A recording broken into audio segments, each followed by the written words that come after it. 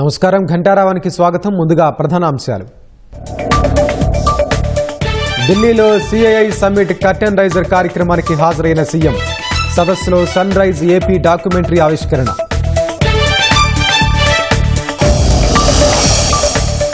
Air bus board భేటీకి హాజరైన మంత్రి నారా లోకేష్. ఏపీలో ప్రపంచ స్థాయి ఏరోస్పేస్ తయారీ కేంద్రం ఏర్పాటుకు ప్రతిపాదన.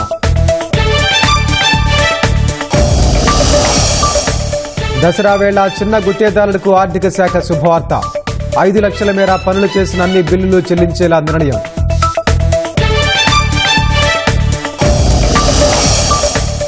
కరూరు ఘటనతో నా హృదయం బాధతో నిండిపోయిందన్న విజయ్. నిజం త్వరలో బయటపడుతుందని వ్యాఖ్య.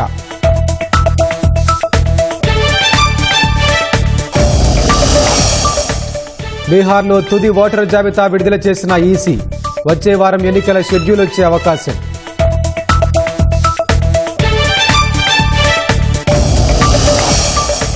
రోజురోజుకు పెరుగుతోన్న బంగారం ధరలు. 1,18,000 దాటిన 24 క్యారెట్ల 10 గ్రాముల బంగారం.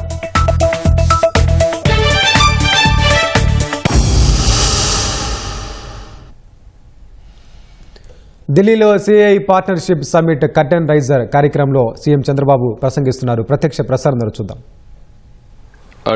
It is an honor for me to welcome you, all of you, on behalf of the state. Just now, Mr. Banerjee and also Honorable Minister rightly mentioned, I am not new to business. You can indicate here, CAI is a industry where they are promoting continuously with the Government of India and also state governments. From my behalf, I conducted 6 times. This is the 7th time CAI conference in Andhra Pradesh. That itself is indicating my attachment to industry. Even some of you are aware, I met all the diplomats and also I visited so many times to your countries. And also we built very good rapport also. Now, as a matter of fact, the partnership summit has always been more than just an event. It has been a strategic instrument, a powerful platform for state-level promotion, for investment outreach, and for global engagement. I have always believed that India's growth story is incomplete without the story of its states. It is through platforms like the Partnership Summit that states like Andhra Pradesh has been able to present their strengths for global partnership and attract transformative investments.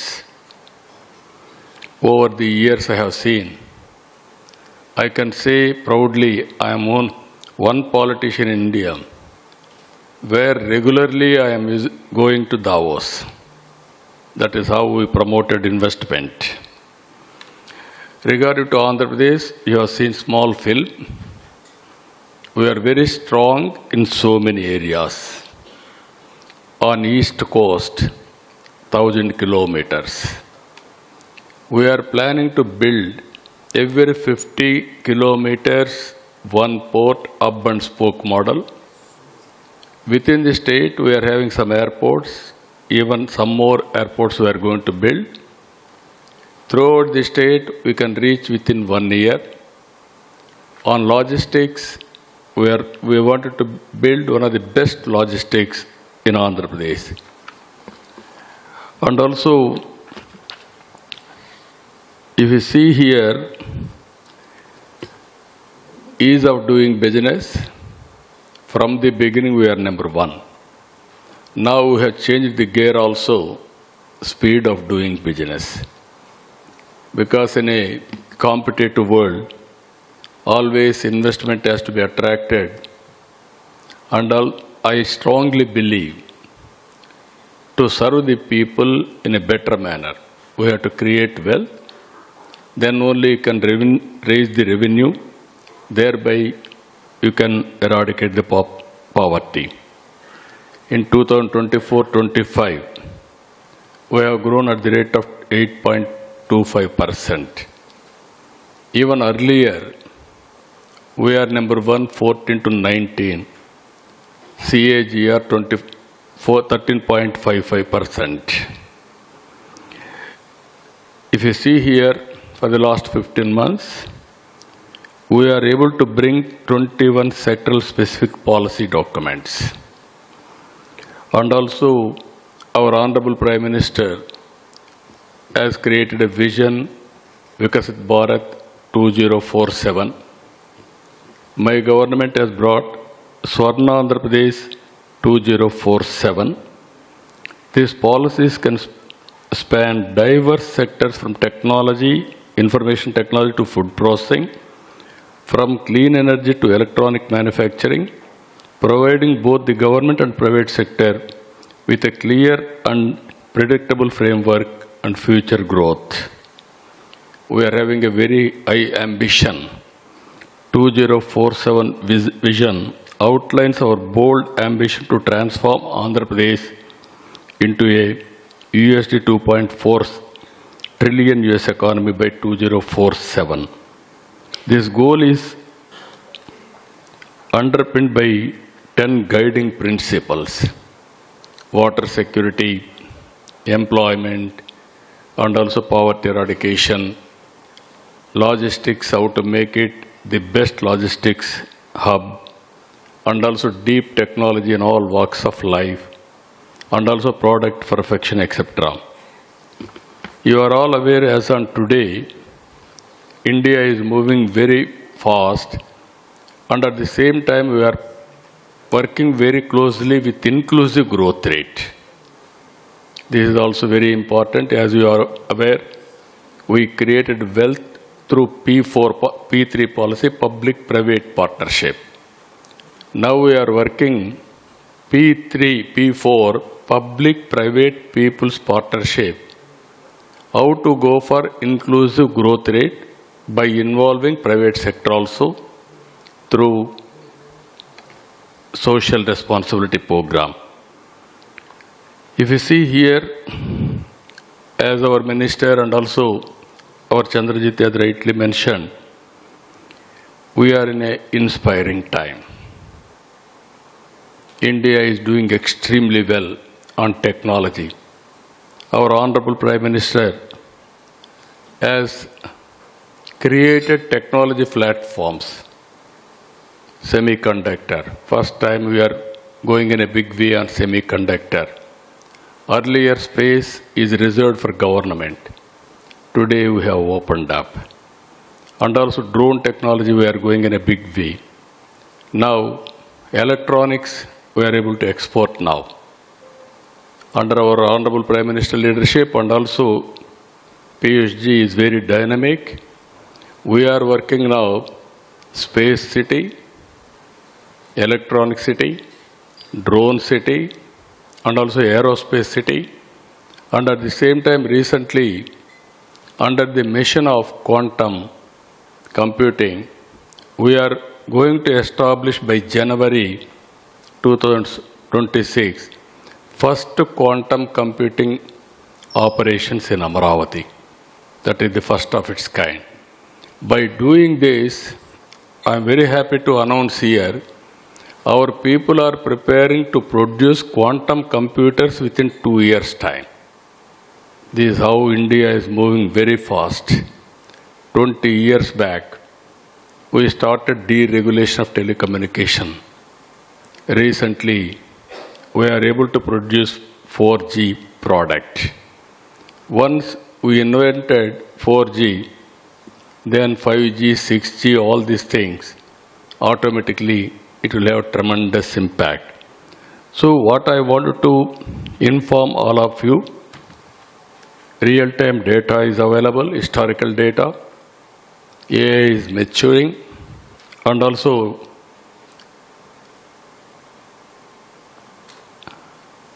everything is available, then we can go in a different way.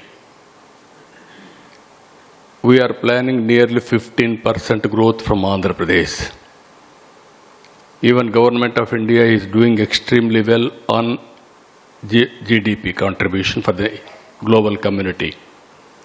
You can see globally, only India is doing well compared to any other countries in the world.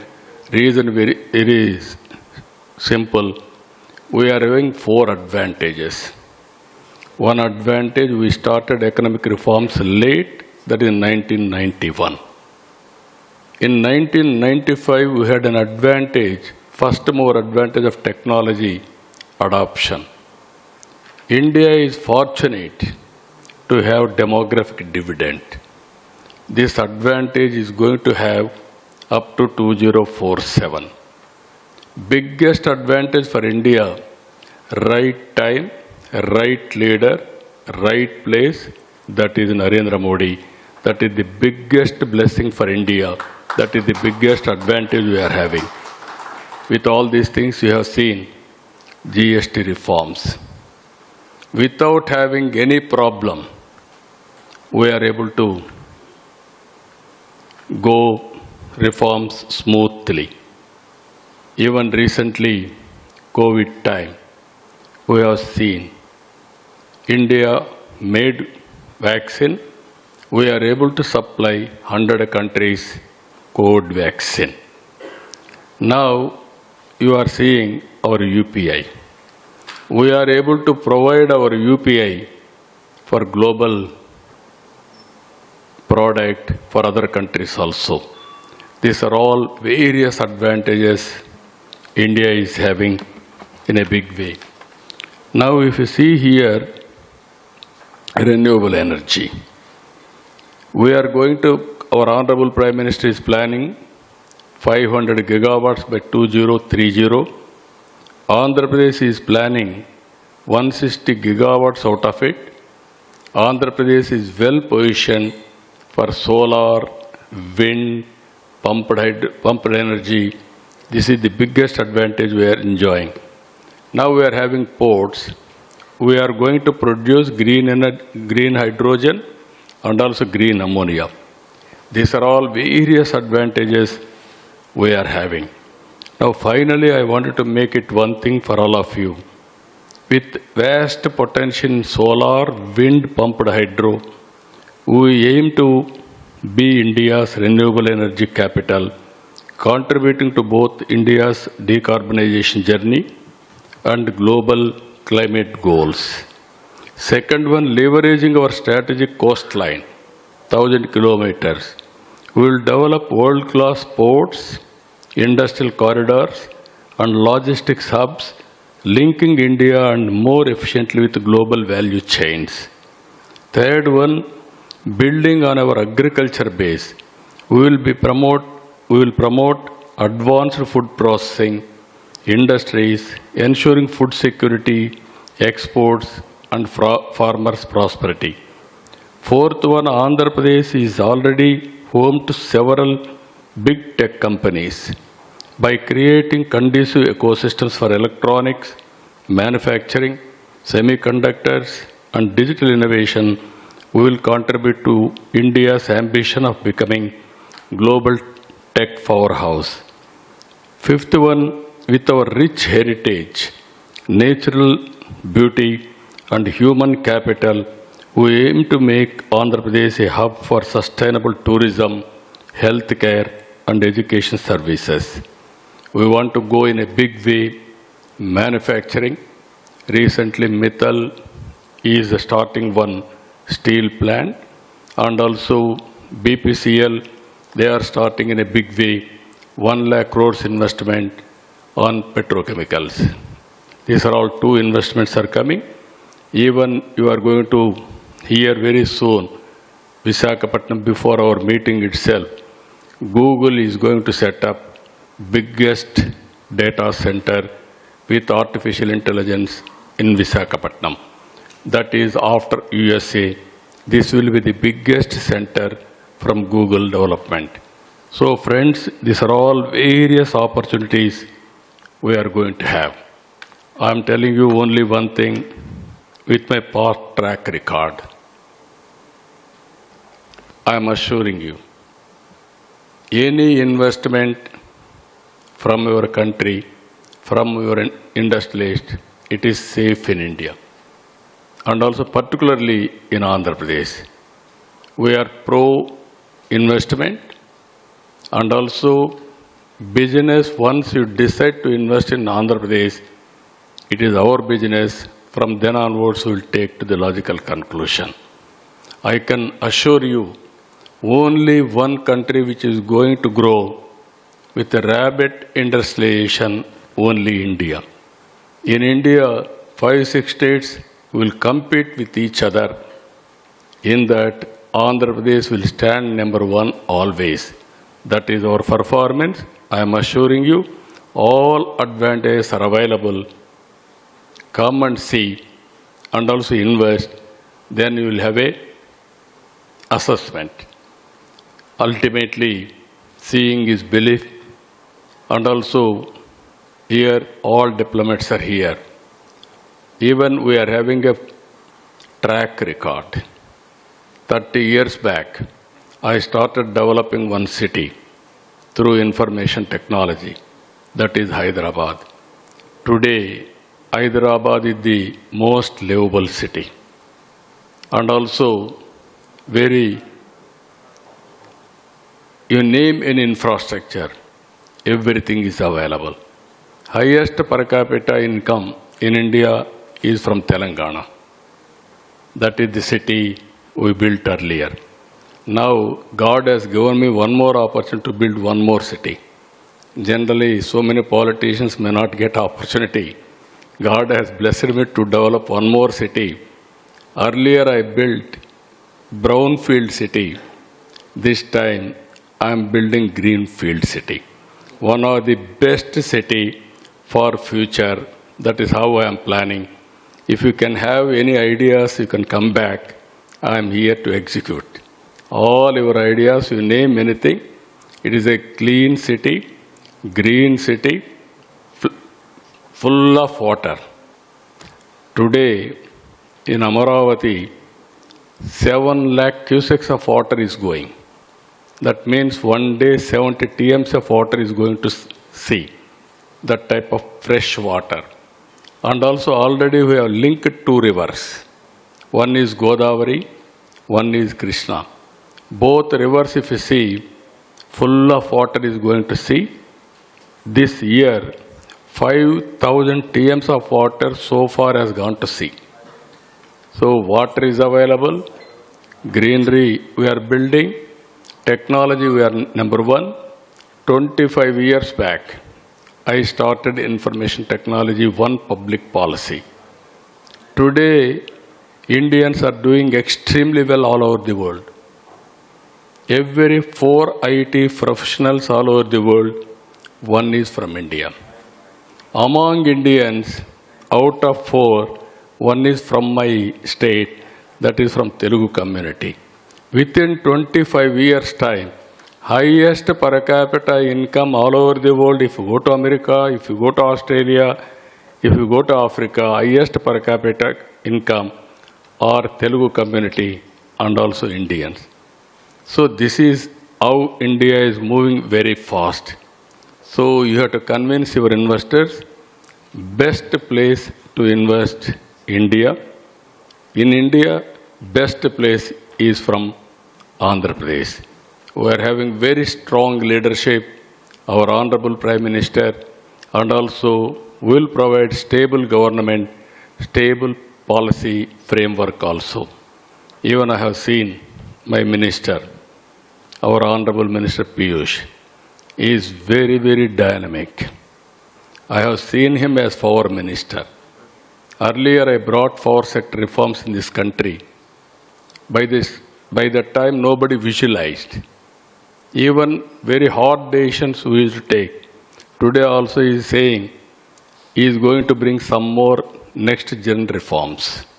I told him, you send all your reforms framework. I am here to execute immediately so that you can bring investment and also will promote India in a big way. That is how we are competing with each other. I am very happy. So many friends are here. I want to see all of you in big delegation from your respective countries on November 14th and 15th. So many people are thinking, this is only I am requesting you for investment. Not only investment. We have to share ideas. We have to interact. We have to network, understand each other. And also wherever it is necessary, we have to work together. That is our mission. We wanted to work in that direction. I am very happy. With knowledge also, I requested Banerjee to bring best knowledge people also, experts, so that we will have better brainstorming for better tomorrow and also global well-being. That is where India is playing. I am very happy to associate with you. Any doubts, any questions, we are here to answer. With this, I wanted to see you everything I don't want to reveal today. I want to reserve for November Partnership Summit. There we will discuss everything. With this, I am thanking all of you. Thank you, Ananta.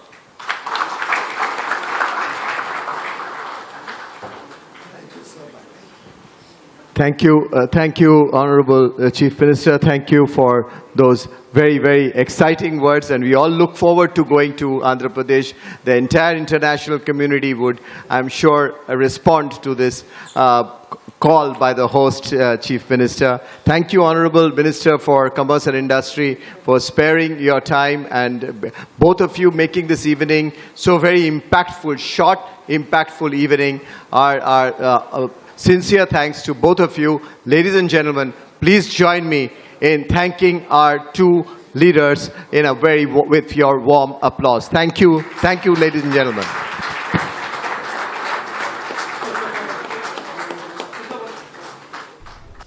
Vijayawada ఇంద్రకీలాద్రిపై దసరా శరన్నవరాత్రులు అంగరంగ వైభవంగా జరుగుతున్నాయి. 9వ రోజు జగన్మాత శ్రీ దుర్గాదేవి అలంకరణలో దర్శనమిస్తున్నారు. అమ్మవారిని దర్శించుకోవడానికి పెద్ద సంఖ్యలో భక్తులు తరలివస్తున్నారు. అమ్మవారి దర్శనానికి వచ్చే భక్తులకు ఎలాంటి అసౌకర్యం కలగకుండా అధికారులు విస్తృత ఏర్పాట్లు చేశారు. దీనికి సంబంధించి మరిన్ని వివరాలు మా ప్రతినిధి తిరుమలేష్ అందిస్తారు. విజయవాడ ఇంద్రకీలాద్రిపైన దసరా ఉత్సవాలు అంగరంగ వైభవంగా సాగుతున్నాయి. ఈరోజు అమ్మవారు శ్రీ దుర్గాదేవి అలంకారంలో భక్తులకు దర్శనమిస్తున్నారు. అమ్మవారిని దర్శించడానికి భక్తులు పెద్ద ఎత్తున తరలి వస్తున్నారు. నిన్న అమ్మవారి జన్మ నక్షత్రమైన మూలా నక్షత్రం కావడంతో దాదాపు 2 లక్షల మంది అమ్మవారిని దర్శించుకున్నారు. ఈరోజు నిన్నటితో పోస్తే కాస్త ఫ్లో తగ్గింది. అయితే అమ్మవారి దర్శనానికి వచ్చే భక్తులందరికీ కూడా అధికార యంత్రాంగం అయితే అన్ని రకాల ఏర్పాట్లు చేశారు. మంచినీరు కావచ్చు, క్యూ లైన్లు కావచ్చు, ఇలా సీనియర్ సిటిజన్స్కి సంబంధించి అన్ని రకాల ఏర్పాట్లు చేయడంతో దర్శనం అయితే సజావుగా సాగుతుంది. ఇప్పుడు మనతో పాటు కొంతమంది భక్తులు ఉన్నారు. వాళ్ళని ఏర్పాట్లపైన వారిని మరిన్ని వివరాలు అడిగి తెలుసుకుందాం. దర్శనం బాగానే జరిగింది. వాటర్ సప్లై బాగానే ఉంది. పాలు అన్ని బాగానే ఉన్నాయి. దర్శనం బాగా ఉంది. దర్శనం బాగా అయిందండి. 3 దర్శనమే 2 hours పట్టింది. ఏర్పాట్లు అన్ని బాగున్నాయి. వాటర్ సప్లై అన్ని బాగున్నాయండి. నీట్ గా ఉంది. బాగున్నాయి. ఏర్పాట్లు బాగుంది. అమ్మవారి దర్శనం అంతమంది రద్దీలో కూడా దర్శనం బాగా అయింది. చాలా బాగుందండి. ఎక్కడ కూడా ఎటువంటి ఇబ్బంది లేదు. చాలా బాగా జరిగింది దర్శనం. వాటర్ బాటిల్ ఏవి కూడా ఇబ్బంది లేదు. అన్ని కూడా చాలా ఎక్కడెక్కడ ఏర్పాట్లు బాగున్నాయి. చాలా బాగా చేస్తున్నారు. చాలా సూపర్ అండి. భద్రతా ఏర్పాట్లు సూపర్ చేశారు. అమ్మవారి దర్శనం అయితే ఎక్సలెంట్. జనాలు మొత్తానికి పాలు కానీ వాటర్ బాటిల్స్ కానీ ఇబ్బంది లేకుండా చాలా ఫ్రీగా బాగుంది. చాలా ఎక్సలెంట్. క్యూ లైన్లు కూడా బాగా ఇచ్చేసారు. బాగుంది. అన్ని క్యూ లైన్లు కూడా బాగున్నాయి. అందులో టికెట్ లేకుండా ఏమి లేకుండా ఫ్రీ దర్శనం బాగుంది. బాగున్నాయండి. చాలా బాగున్నాయి. దారి మధ్యలో వాటర్ సప్లై అన్ని బాగానే ఉన్నాయి. మేము హైదరాబాద్ నుంచి వస్తున్నాము. మేము ప్రతి ఏడు వస్తాము. కానీ ఈ సంవత్సరం సదుపాయాలు కానీ ఇవన్నీ కానీ చాలా బాగా చేసింది. ఈ ప్రభుత్వం చాలా బాగా టేక్ కేర్ చేస్తుంది.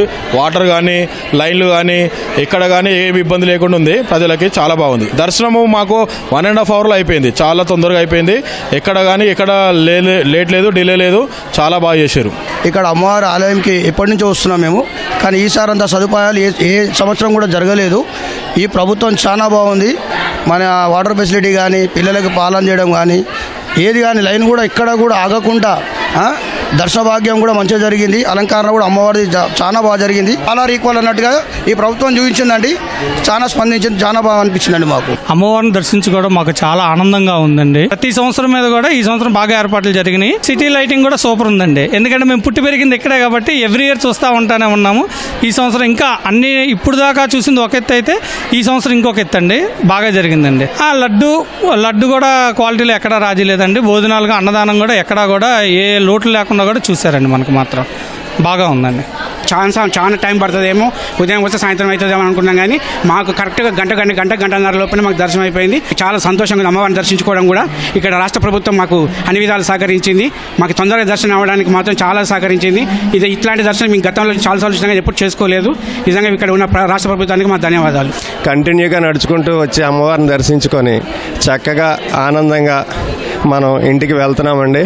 అలాగే ఇక్కడ ఉచిత లడ్డూలు, ఉచిత భోజనం కూడా ఏర్పాటు చేశారు. ఏర్పాట్లన్నీ చాలా బాగున్నాయి. సీఎం చంద్రబాబు నాయుడు గారు చాలా ఏర్పాట్లు బాగా చేశారు. ఎక్కడ కూడా ఏదో లోటు లేకుండా దర్శనం బాగా చేసింది. ఎవరికి కూడా ఆటంకం లేకుండా, ఎవరికి ఇబ్బంది లేకుండా చాలా బాగా చేశారు. అవన్నీ ఎక్కడ కూడా ఆటంకాలు లేకుండా, ఎక్కడ ఆగడం కానీ లైన్ ఏం లేదు బావని. చాలా బాగా గంటన్నరలో దర్శనం అయిపోయిందండి. చాలా బాగా జరిగింది. ఎక్కడికక్కడ మంచినీళ్ళు ఇవ్వడం కానీ సదుపాయాలు అన్నీ కూడా చాలా బాగున్నాయండి.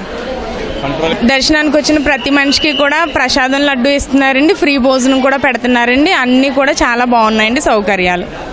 జై భవాని.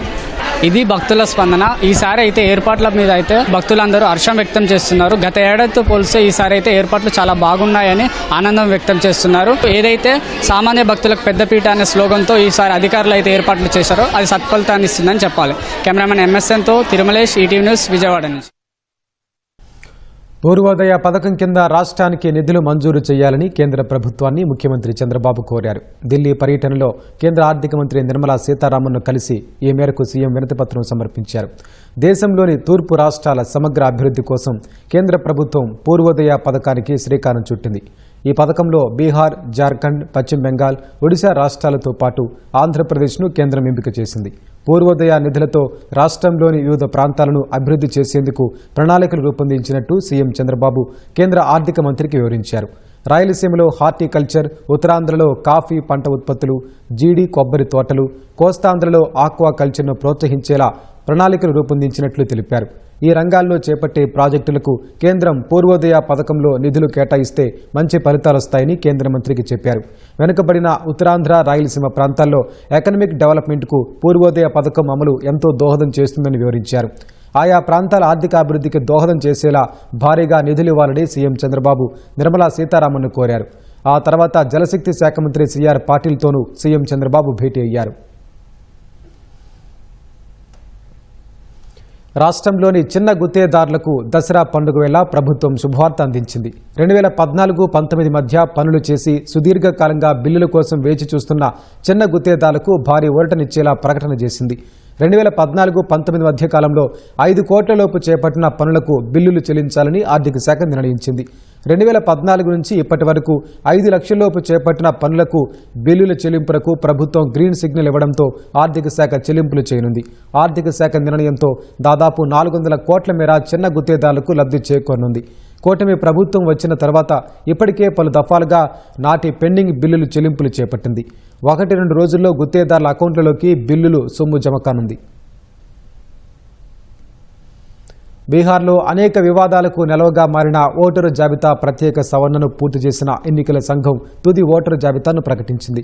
ఎస్ఐఆర్ డ్రాఫ్ట్ జాబితాపై వచ్చిన అన్ని అభ్యంతరాలను పరిగణలోకి తీసుకుని ఈ జాబితాను తయారు చేసినట్టు తెలిపింది. బీహార్లో ప్రధాన ఎన్నికల అధికారి సామాజిక మాధ్యమంలో ఈ ప్రకటన చేశారు. తుది జాబితా ప్రకటించడంతో వచ్చే వారం బీహార్ శాసనసభ ఎన్నికల షెడ్యూల్ను కూడా ప్రకటించే అవకాశం ఉందని తెలుస్తోంది. అక్టోబర్ చివరిలో ఛట్ పండుగ తర్వాత తొలిదశ ఎన్నికలు నిర్వహించనున్నట్టు సమాచారం. బీహార్ ఎన్నికలతో పాటు దేశంలోని ఇతర ప్రాంతాల్లో జరగనున్న ఉప ఎన్నికల కోసం ఈసీ 470 మంది పరిశీలకులు నియమించింది. వచ్చే నెల 3న సాధారణ, పోలీసు, వ్యయ పరిశీలకుల వివరాలపై ప్రకటన వెలువడుతుందని అధికారిక వర్గాలు వెల్లడించాయి.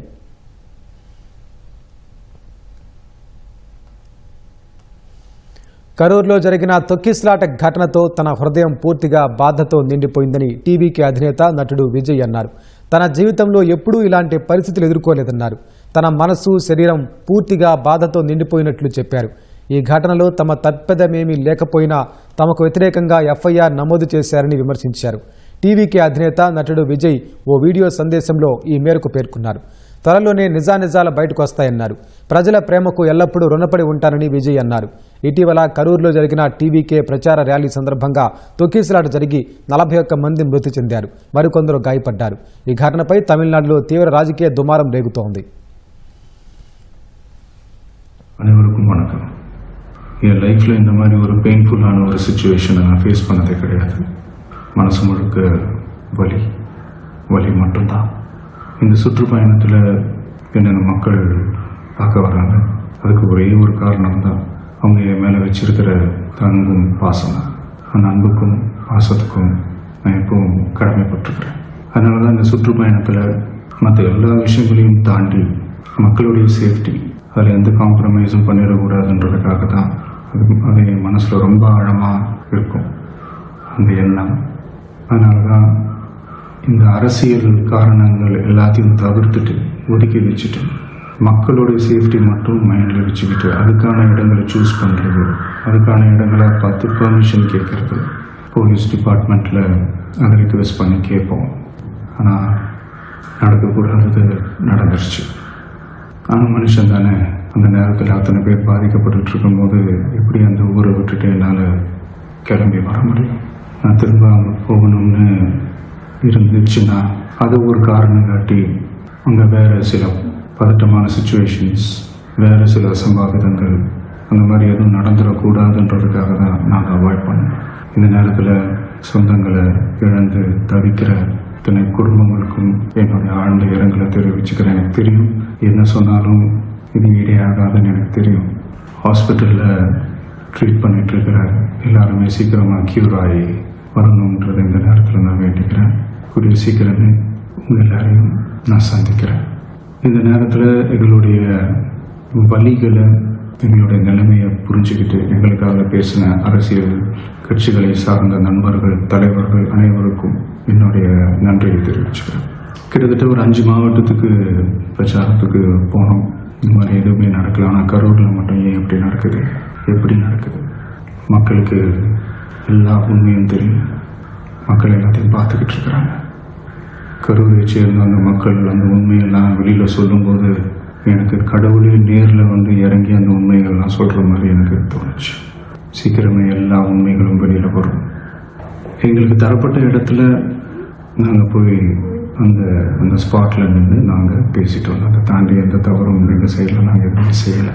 பட் இருந்தாலும் எங்கள் கட்சியை சேர்ந்த நிர்வாகிகள், தோழர்கள் மேலே எஃப்ஐஆர், அது மட்டும் இல்லை சோஷியல் மீடியாவை சேர்ந்த நண்பர்கள், தோழர்கள் அவங்க மேலே எஃப்ஐஆர்லாம் போட்டு இப்போ பிடிச்சிட்டு இருக்கிறாங்க. சிஎம் சார், உங்களுக்கு ஏதாவது இந்த பழி வாங்கணும் அப்படின்ற எண்ணம் ஏதாவது இருந்துச்சுன்னா என்ன வேணாலும் பண்ணுங்கள். அவங்க மேலே கை வைக்காதீங்க. நான் ஒன்று வீட்டில் இருப்பேன், இல்லை நான் ஆஃபீஸில் இருப்பேன். என்ன வேணாலும் செய்யுங்க. நண்பர்களே, தோழர்களே, நம்மளோட அரசியல் பயணம் இன்னும் ஸ்ட்ராங்காக, இன்னும் தைரியத்தோட కంటిన్యూ ఆகும்.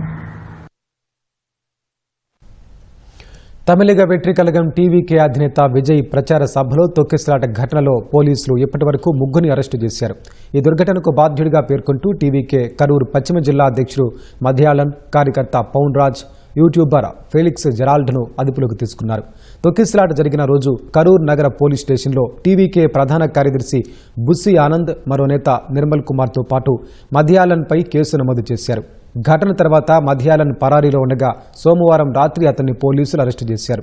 మధ్యాలన్కు ఆశ్రయం కల్పించారనే ఆరోపణలతో టీవీకే కార్యకర్త పౌన్ రాజును మంగళవారం ప్రత్యేక పోలీస్ బృందం అరెస్టు చేసింది. తొక్కిసలాటపై తప్పుడు వార్తలను ప్రచారం చేస్తున్నందుకు తమిళ యూట్యూబర్ ఫెలిక్స్ జెరాల్డ్ను సైతం పోలీసులు అదుపులోకి తీసుకున్నారు.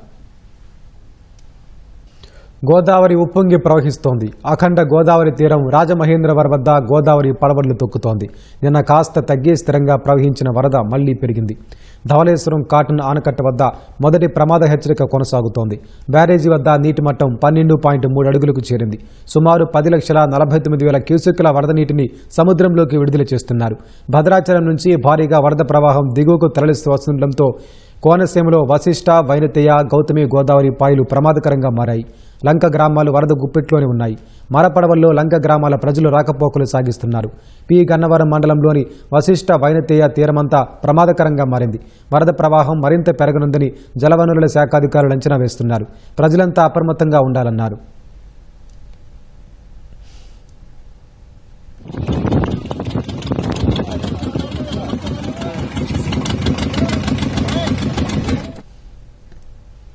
కృష్ణానదికి వస్తున్న భారీగా వరదతో ప్రకాశం బ్యారేజీ దిగువనున్న లోతట్టు ప్రాంతాల ప్రజలు తీవ్ర ఇబ్బందులు పడుతున్నారు. వరద నుంచి రక్షణగా రిటైనింగ్ వాల్ నిర్మించిన ఓట నీరు ఇళ్లలోకి చేరుతోందని స్థానికులు ఆవేదన వ్యక్తం చేస్తున్నారు. ఇప్పటికే అనేక మంది ఇళ్లను ఖాళీ చేసి వెళ్లిపోయారని చెబుతున్నారు. విజయవాడ నగరపాలక సిబ్బంది లోతట్టు ప్రాంతాల్లో నీటిని మోటార్లతో తోడుతున్న ఓట మాత్రం ఆగడం లేదు. ప్రభుత్వం ప్రత్యామ్నాయ ఏర్పాట్లు చేసి వరద ముంపు నుంచి కాపాడాలని లోతట్టు ప్రాంత ప్రజలు కోరుతున్నారు. ప్రకాశం బ్యారేజ్ దిగువన లోతట్టు ప్రాంతాల్లోని ప్రస్తుత పరిస్థితిని మా ప్రతినిధి కనకరావు వివరిస్తారు. కృష్ణానదికి వరద వచ్చిందంటే చాలు పరివాహక ప్రాంతంలో నివాసం ఉంటున్న ప్రజలందరూ కూడా భయాందోళనకు గురవుతున్నారు. ప్రధానంగా భూపేశ్ గుప్తా నగర్ నుంచి తారకరామ నగర్, రణదివే నగర్, రామలింగేశ్వర నగర్లోని అనేక కాలనీల ప్రజలు ఇల్లు ఖాళీ చేస్తున్న పరిస్థితి ఉంది. కృష్ణా కరకట్ట ప్రాంతంలో రిటైనింగ్ వాల్ నిర్మాణం జరిగినా కూడా ప్రజల కష్టాలు తీరలేదు. లక్షల్లో క్యూసెక్కుల నీరు వచ్చినప్పుడు ఓట నీరు వచ్చి ఇళ్లను ముంచేస్తూ ఉంది. ఈ ఓట నీరు వచ్చినప్పుడల్లా ప్రజలు భయభ్రాంతులకు గురై వేరే చోటకి వెళ్లాల్సి వస్తుంది. ఇది 2 దఫాలుగా జరిగింది ఈ సంవత్సరంలో. కానీ అధికారులు మాత్రం ఎప్పటికప్పుడే మోటార్లు పెట్టి నీళ్లు లాగేస్తున్నారు తప్ప ప్రత్యామ్నాయం గురించి ఆలోచించట్లేదు. ప్రధానంగా ఈ ఓట నీరు రాకుండా చర్యలు తీసుకోవాలనేది కూడా మేము స్థానికులుగా కోరుతా ఉన్నాం. కృష్ణానదికి వరద వస్తుంది అని తెలియగానే ముందుగా ఖాళీ చేసే ప్రాంతం ఈ ప్రాంతం.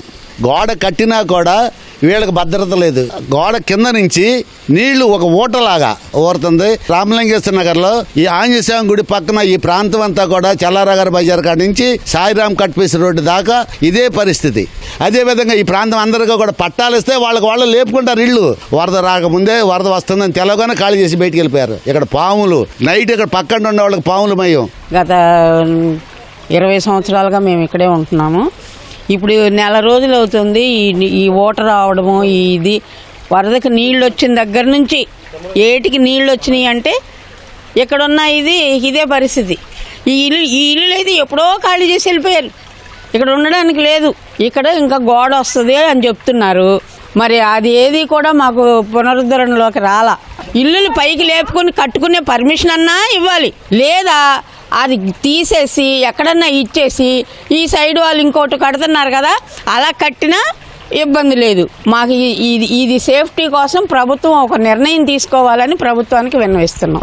మరి వరద వచ్చి మరి తెప్పలు పడుతుందా, మరి ఎక్కడికి వెళ్ళాలో తెలియట్లా. ఇల్లు ఎత్తే బాధలేదు, వీళ్ళకి పడిపోయి ఇల్లు కూడా కట్టట్లా. తమ ఇళ్లలోకి వచ్చే ఊట నీరు పోవడానికి సరైన డ్రైనేజ్ వ్యవస్థ నిర్మించాలని చెప్పేసి కోరుతున్నారు. ప్రత్యామ్నాయ చర్యలు ప్రభుత్వం చేపట్టాలని చెప్పేసి విజ్ఞప్తి చేస్తున్నారు. కెమెరామెన్ స్వామితో కనకారావు, ఈటీవీ న్యూస్, విజయవాడ నుంచి. మద్యం తాగడానికి డబ్బు ఇవ్వలేదనే కోపంతో హత్యాయత్నం చేయడం అనంతపురంలో కలకలం రేపింది. బుక్కరాయి సముద్ర మండలం సింగిల్ విండో అధ్యక్షుడు కేసన్నపై సమీప బంధువు సుబ్బారావు కత్తితో దాడి చేశాడు. అనంతపురం నీలం సర్కిల్లోని తన కార్యాలయంలో ఉన్న కేసన్న వద్దకెళ్లిన సుబ్బారావు మద్యం తాగడానికి డబ్బు కావాలని అడిగాడు. డబ్బు లేదు, వెళ్ళిపో అని చెప్పగానే కత్తితో దాడి చేశాడు. రక్తస్రావంతో కార్యాలయం నుంచి బయటకు వచ్చిన కేసన్నను స్థానికులు చికిత్స నిమిత్తం ప్రైవేట్ ఆసుపత్రికి తరలించారు. కేసన్న పరిస్థితి విషమంగా ఉందని వైద్యులు తెలిపారు. ఒకటో పట్టణ పోలీసులు కేసు నమోదు చేసుకుని దర్యాప్తు చేస్తున్నారు. సముద్రంలో వేటకు వెళ్లి శ్రీలంకలో చిక్కుకున్న 4 కాకినాడ జాలర్లను కూటమి ప్రభుత్వం క్షేమంగా వెనక్కి తీసుకొచ్చింది. ఆగస్టు 4న సముద్రంలో వేటకెళ్లిన మత్స్యకారులు దారి తప్పి శ్రీలంక జలాల్లోకి ప్రవేశించారు. దీంతో వారిని శ్రీలంక కోస్ట్ గార్డులు అదుపులోకి తీసుకుని జాఫ్నా జైలుకు పంపారు. 52 రోజుల పాటు జైల్లో ఉన్న వీరు ఈ నెల 26న విడుదలయ్యారు. కూటమి ప్రభుత్వం సహకారంతో క్షేమంగా స్వస్థలాలకు చేరుకున్నామని మత్స్యకారులు కృతజ్ఞతలు తెలిపారు. జాలర్లకు ఎమ్మెల్యే కొండబాబు, ఎంపీ ఉదయ్ శ్రీనివాస్ స్వాగతం పలికారు. వస్తుంది అనేసంట్లోకి మందేమో ఇండియాదేమో అనుకున్నాం. మేము ఇలాగే మా రూట్లో మేము వెళ్ళిపోతున్నాం కదంటే మీరు 3 కిలోమీటర్స్ లోపల నుంచి వెళ్తున్నారు. మా దాంట్లో ఇక్కడ గంజా స్మగ్లింగ్ అది జరుగుతుంది. తమిళనాడు వాళ్ళంతా అదే పని శ్రీలంక తీసుకెళ్ళిపోయారు. మమ్మల్ని మాత్రం జైల్లో మాత్రం చాలా బాగా చూసేవారు. హెడ్ ఆఫీస్ ఫిషరీస్ ఆఫీస్ తీసుకెళ్ళిపోయారు. తమిళనాడుకి బోట్ కొనుక్కుందామని వెళ్ళి 3వ తారీఖున కొనుక్కుని వచ్చేటప్పుడు 3 కిలోమీటర్స్ శ్రీలంకన్ బార్డర్లోకి వెళ్తుంటో శ్రీలంకన్ కోస్ట్ గార్డ్ వచ్చి వాళ్ళని అరెస్ట్ చేసి తీసుకెళ్ళడం జరిగింది. శ్రీలంకన్ కాన్సులేట్ జనరల్ సాయి మురళీ గారితో కూడా మాట్లాడే ఐఎఫ్ఎస్ ఆఫీసర్ ఆయన దాన్ని వీళ్ళ చాలా ఇంకా ఎక్కువ రోజులు ఉండవలసిన దాన్ని ఇమీడియట్ వాయిదాకి తీసుకురావడం, వీళ్లతో పాటు బోట్ను కూడా తెప్పించడం కోసం కృషి చేసి కూటమి ప్రభుత్వంలోని అందరు నాయకులు పైనుంచి ఎక్స్టర్నల్ అఫైర్స్ మినిస్టర్ కానీ మొత్తం అందరం కృషి చేసి దీన్ని తెప్పించాం. ఎంత తొందరగా వస్తారని ఎవరు అనుకోలేదట. అంటే వేరే రాష్ట్ర వాళ్ళు చెప్పారట ఇది తొందరగా పంపించడం చేయరని. తొందరగా పంపించడానికి కారణం ఇక్కడ ఉన్నది ఏంటంటే కూటమి ప్రభుత్వం. మనం పంపించిన సమాచారంలో వీళ్ళు ఫిషర్ మ్యాన్ ఏటాడుకునే వాళ్ళు తప్ప వేరే వాళ్ళు కాదన్నది తేడా తెలివైంది వాళ్ళకి.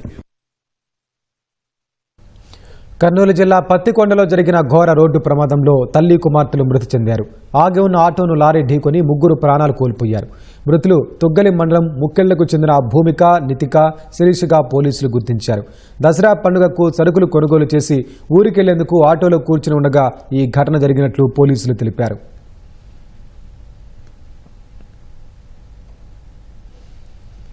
మేక్ ఇన్ ఇండియాలో భాగంగా దేశీయంగా ఆయుధాలు, క్షిపణుల తయారీని ప్రోత్సహించాలని ప్రధాని మోదీ పిలుపునిచ్చిన నేపథ్యంలో ఎయిర్ మార్షల్ ఏకే భారతి కీలక వ్యాఖ్యలు చేశారు. ప్రపంచ పరిస్థితులు ఎప్పుడూ ఒకేలా ఉండవని, మిత్ర దేశాలు ఎల్లవేళలా మనతో సాంకేతికతను పంచుకుంటాయనే నమ్మకం లేదన్నారు. భవిష్యత్ యుద్ధాల్లో విజయం సాధించాలంటే దేశీయంగా ఆయుధ తయారీ మరింత పెంచడమే మార్గమన్నారు. దీనికోసం దేశంలో పరిశోధనలు, అభివృద్ధిని వేగవంతం చేయాలని పిలుపునిచ్చారు. ఏరో టెక్ ఇండియా 2025 కార్యక్రమంలో ప్రసంగించిన భారతి ఈ వ్యాఖ్యలు చేశారు. ప్రస్తుతం స్వదేశీ ఆయుధ తయారీ చాలా తక్కువ మొత్తంలో నెమ్మదిగా కొనసాగుతోందని ఎయిర్ మార్షల్ భారతి అన్నారు. ఇలాగే ఉంటే భవిష్యత్తులో ఇతర దేశాలతో పోటీ పడటం కష్టమవుతుందన్నారు. భవిష్యత్తు యుద్ధాల్లో గెలుపొందాలంటే కీలకమైన సాంకేతిక పరిజ్ఞానాల్లో వ్యూహాత్మక స్వయం ప్రతిపత్తిని సాధించాలని, ఇందుకు భారత్ మరింత దూకుడుగా వ్యవహరించాల్సి ఉందన్నారు.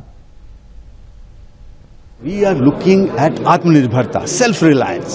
So while indigenization is the way forward, because we may not be able to indigenize 100% in one go. So you start with whatever you can and thereafter ultimately reach that 100%, because in times of crisis, okay, you can't bank on anybody. It has to be yourself. Okay, if something comes, it is bonus. Something comes from outside, it is bonus. But it has to come from within the country. So indigenization for that is prerequisite. వచ్చే ఏడాది ఫిబ్రవరి వరకు H1B visa ప్రక్రియలో గణనీయమైన మార్పులు రాబోతున్నాయని America తెలిపింది. వచ్చే ఏడాది ఫిబ్రవరిలో కొత్త H1B వీసా దరఖాస్తులకు $1,00,000 రుసుము అమల్లోకి వస్తుందని అమెరికా వాణిజ్య మంత్రి హోవార్డ్ లూట్నిక్ అన్నారు. చవకగా దొరికే టెక్ కన్సల్టెంట్లు తమ కుటుంబాలను కూడా అమెరికాకు తీసుకొస్తున్నారని, ఇది తప్పుగా అనిపిస్తోందని వివరించారు. ఎన్నికల హామీ మేరకు స్థానికులకు భారీగా ఉద్యోగాలు సృష్టించే లక్ష్యంతో అమెరికా అధ్యక్షుడు డొనాల్డ్ ట్రంప్ H1B వీసా జారీ ప్రక్రియపై కొరడా జులిపించిన విషయం తెలిసిందే. H1B వీసా దరఖాస్తుదారులు $1,00,000 రుసుము చెల్లించాలని ఆయన ఇప్పటికే స్పష్టం చేశారు. ఈ మార్పులన్నీ 2026 నాటికి అమల్లోకొస్తాయని, ఇప్పటి నుంచి వచ్చే ఏడాది ఫిబ్రవరి వరకు H1B వీసా ప్రక్రియలో భారీ మార్పులుంటాయని అమెరికా వాణిజ్య మంత్రి హోవార్డ్ లూట్నిక్ తాజాగా వెల్లడించారు. 1990లో తీసుకొచ్చిన ఈ ప్రక్రియలో చాలా లోపాలున్నాయన్న లుట్నిక్, చవకగా దొరికే టెక్ కన్సల్టెంట్లు తమ కుటుంబాలతో కలిసి అమెరికాకు వస్తున్నారని ఓ ఛానల్కిచ్చిన ఇంటర్వ్యూలో తెలిపారు. $1,00,000 రుసుము పెట్టడం వల్ల కనీసం ఆ రకమైన వ్యక్తులతో అమెరికా నిండిపోకుండా ఉంటుందన్నారు. H1B వీసాల్లో మార్పులు, లాటరీని ఎలా పొందాలి, దీని లాటరీ విధానం అనవచ్చా అనే అంశాలు ఫిబ్రవరి నాటికి పరిష్కారమవుతాయని లుట్నిక్ తెలిపారు. లాటరీ విధానంలో నిపుణులను తీసుకురావడం ఒక పెద్ద వింత అని ఇటీవల 2 ప్రపంచ దిగ్గజ టెక్ సంస్థల అధినేతలు తనతో చెప్పారన్నారు. నైపుణ్యం లేని ఉద్యోగులను ఒక దేశం లాటరీ ద్వారా ఎందుకు రప్పించుకోవాలని ప్రశ్నించారు. H1B వీసాలు 7 నుంచి 10 రెట్లు ఓవర్ సబ్స్క్రైబ్ అయ్యాయన్న ఆయన, అందులో 74% టెక్ కన్సల్టింగ్కే వెళ్లాయన్నారు. ఆ వీసాలు కేవలం టెక్ కన్సల్టెంట్ల కోసమేనా అని ప్రశ్నించారు. ఉన్నత డిగ్రీలు కలిగిన విద్యావేత్తలు, వైద్యులు కూడా అమెరికాకు రావాల్సి ఉందన్న లుట్నిక్, ఇకపై కంపెనీలు ఇంజనీర్లను నియమించుకోవాలనుకుంటే అధిక జీతం, ప్రతిభ ఉన్నవారిని మాత్రమే తీసుకోవాల్సి ఉంటుందని స్పష్టం చేశారు. చవకగా దొరికే కన్సల్టెంట్లు, ట్రైనీలను కలిగి ఉండాలని ఆలోచన విరమించుకోవాలని సూచించారు.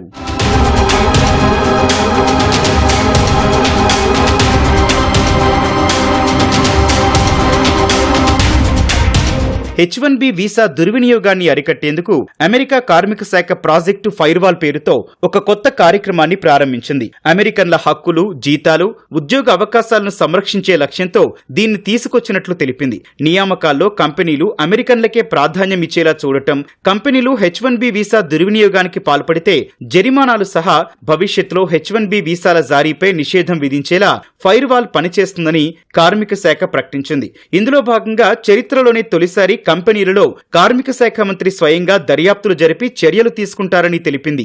ఈ మార్పులు టెక్ ఇండస్ట్రీకి, ముఖ్యంగా భారత్, చైనా నుంచి వెళ్లే నిపుణులకు పెద్ద ఎదురుదెబ్బ అనే అభిప్రాయం వ్యక్తమవుతోంది. అమెరికాలోని 7.3 లక్షల మంది H1B వీసాదారులు, వారితో డిపెండెంట్లుగా వెళ్లిన 5.5 లక్షల మంది కుటుంబ సభ్యులు ఈ నిర్ణయంతో ప్రభావితమవుతారని అంచనా. పాకిస్తాన్లోని క్వెట్టా నగరంలో భద్రతా దళాల హెడ్ క్వార్టర్స్ వెలుపల జరిగిన కారు బాంబు పేలుళ్లో 13 మంది మరణించారు, 32 మంది గాయపడ్డారు. పేలుడు తీవ్రతకు FC హెడ్ క్వార్టర్స్ సమీపంలోని ప్రజలు భయభ్రాంతులకు గురయ్యారు. ప్రకంపనల వల్ల పలు ఇళ్లు, భవనాలు, కిటికీలు పగిలిపోయాయి. కారు బాంబు పేలడానికి ముందు అందులోని 9 వ్యక్తులు పాక్ భద్రతా దళాల హెడ్ క్వార్టర్స్ పై కాల్పులు జరిపినట్టు తెలుస్తోంది. పేలుడు జరిగిన వెంటనే ఘటనా స్థలిలో సహాయక సిబ్బంది రెస్క్యూ ఆపరేషన్లో పాల్గొన్నారు. క్షతగాత్రులను ఆసుపత్రికి తరలించారు. కారు బాంబు పేలుడుకు ఏ సంస్థ కూడా బాధ్యత వహించలేదు. బలూచిస్తాన్ ప్రావిన్స్ రాజధానిగా ఉన్న క్వెట్టాలో తరచూ దాడులు చేసే వేర్పాటువాదులు వీటికి పాల్పడి ఉండొచ్చని అధికారులు భావిస్తున్నారు. పేలుడు సంభవించిన సమయంలో 5 అక్కడికక్కడే మృతి చెందారని, మరో 8 మంది ఆసుపత్రిలో చికిత్స పొందుతూ ప్రాణాలు కోల్పోయారని బలూచిస్తాన్ ఆరోగ్య మంత్రి బఖ్త్ మహమ్మద్ కాకర్ తెలిపారు.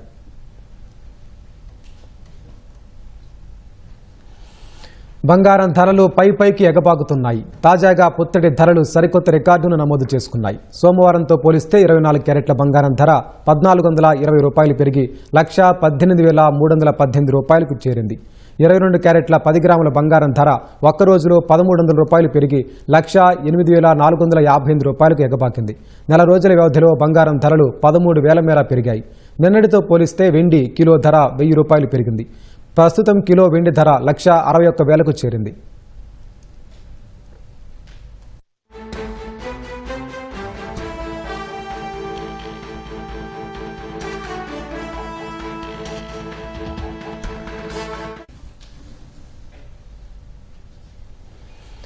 ట్యాంకు బండిపై బతుకమోత్సవాలు జరుగుతున్నాయి. ప్రత్యక్ష ప్రసంగం చూద్దాం.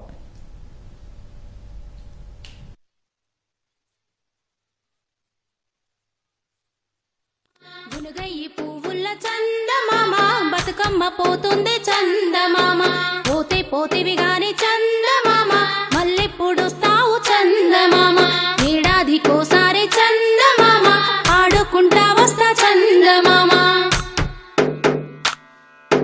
గిరాయి పువ్వుల చందమామ, మల్లెప్పుడొస్తావు చందమామ, ముత్యాల పువ్వుల చందమామ, బతుకమ్మ పోతుంది చందమామ, పోతే పోతివి గాని చందమామ, మల్లెప్పుడొస్తావు చందమామ, ఏడాదికోసారి చందమామ, ఆడుకుంటా వస్తా చందమామ, ఒక బంతి పూల చందమామ, మల్లెప్పుడొస్తావు చందమామ, అట్లాయి పువ్వుల చందమామ, బతుకమ్మ పోతుంది చందమామ, పోతే పోతివి గాని చందమామ, మల్లెప్పుడొస్తావు చందమామ, ఏడాదికోసారి చందమామ, ఆడుకుంటా వస్తా చందమామ, రుద్రాక్ష పువ్వుల చందమామ, మల్లెప్పుడొస్తావు చందమామ, గోరంట పువ్వుల చందమామ, బతుకమ్మ పోతుంది చందమామ, పోతే పోతివి గాని చందమామ, మల్లెప్పుడొస్తావు చందమామ, ఏడాదికోసారి చందమామ, ఆడుకుంటా వస్తా చందమామ, గుమ్మడి పువ్వుల చందమామ, మల్లెప్పుడొస్తావు చందమామ, జిల్లేడు పువ్వుల చందమామ, బతుకమ్మ పోతుంది చందమామ, పోతే పోతివి గాని చందమామ,